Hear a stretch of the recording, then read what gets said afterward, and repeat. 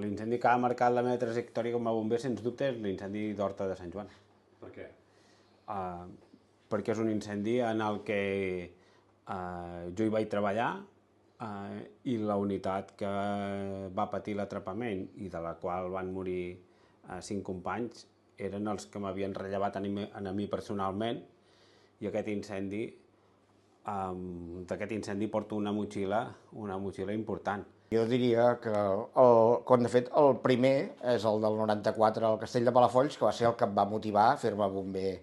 o interessar-me pel món dels bombers, perquè es va cremar part del camp del meu pare que tenia sota el Castell de Palafolls,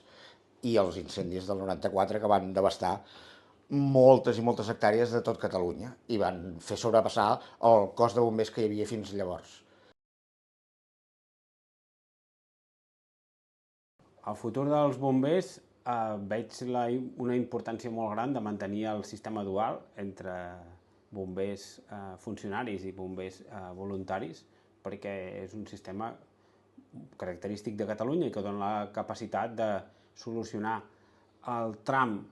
habitual de serveis que surten al dia a dia. El futur dels bombers crec que serà el que, quan de fet la població i la societat vulgui, però el que a mi m'agradaria és que hi hagués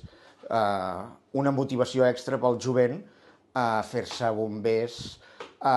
com quan nosaltres érem joves ens hi vam fer, i que crec que en els últims anys aquesta motivació en la jovent ha anat disminuint, si no és atreta per un incentiu econòmic que nosaltres no teníem.